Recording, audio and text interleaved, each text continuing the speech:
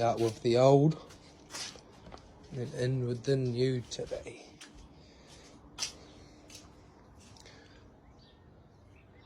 Some 4480 pacemaker extractors from AU House. So we're going to chuck them in today. Did a little video of these ones on there. These are just some tough car parts, ones from tough car parts.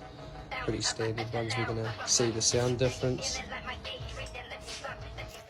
I did a video pulling out the old ones because no one wants to see that. But anyway, old ones are out. There's a couple of little things you need to do to get the new ones in. Got to remove this here, some 10mm bolts.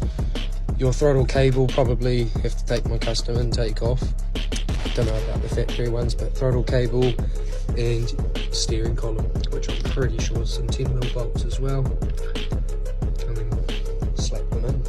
Pretty nice and easy. Just take the old radiator out. I took my intake off. I was going to remove the throttle cable, but don't actually need to. And then you've got to remove the steering column. Just two 10mm bolts on either end. And I just turned my wheels all the way to one side and give it a little marking. See that tiny little mark there? Just so you know where to line it up when it goes back in. Yeah.